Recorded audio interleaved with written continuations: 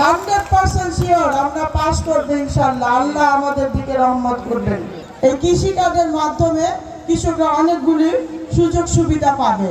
Family card, কৃষি card, স্বাস্থ্য card, ইমাম মুয়াজ্জিনদের জন্য বিশেষ ব্যবস্থা আছে। আমাদের নমিনেশন পেপার কিন্তু অন্য একজনকে দিয়ে দেওয়া হয়েছিল, তারপরে সেই নমিনেশন আবার ফিরে আমার কাছে এসেছে।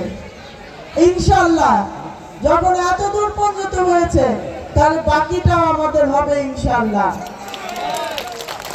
100% শিওর আমরা পাস করবো ইনশাআল্লাহ। আল্লাহ আমাদের দিকে রহমত করবেন।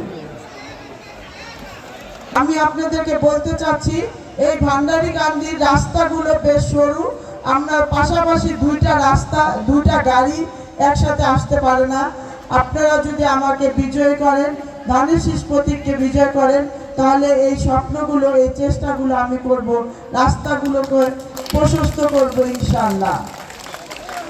ভান্ডারীকান্দির জন্য আমার আরো একটি স্বপ্ন আছে, সেটি হলো একটি নার্সিং হোম করা। এখানে থেকে মানুষ যেন চিকিৎসা নিতে পারে এবং এখানে যেন তাদের কর্মসংস্থান হয়। যদি একটি ভালো হসপিটাল হয় তাহলে আমাদের ঢাকা পর্যন্ত যেতে হবে না, আমাদের ফরিদপুর পর্যন্ত যেতে হবে না। আমরা আমাদের শিবচরেই আমাদের চিকিৎসা নিব ইনশাআল্লাহ।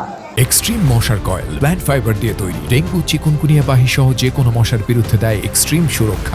আমরা একটা আন্তর্জাতিক